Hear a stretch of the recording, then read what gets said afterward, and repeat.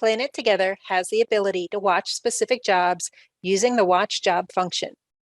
Turning on Watch Job for a particular order places the order and its connected operations on a separate Gantt to isolate the view. The benefit of placing an order on the Watch Job list is if you have an order that is a high priority, you can see the effects of the schedule on the order. Did materials become unavailable? Did a change in capacity move the order? First, locate an order on your Gantt.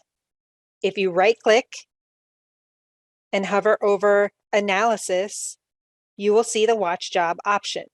Click Watch Job, and your Gantt view is now split into your basic Gantt view and your Watch Job Gantt view. Here I can see my order that I've selected to watch, plus any additional orders that I am also watching. To return to my regular Gantt view, I can click Resource Gantt, and now I see my full regular Gantt. I can also select Job Watch Gantt and see just my watch jobs, or split my view as it does when I initially watch a job. As orders are produced and are moved to a finished status, they will automatically come off the Watch Job Gantt.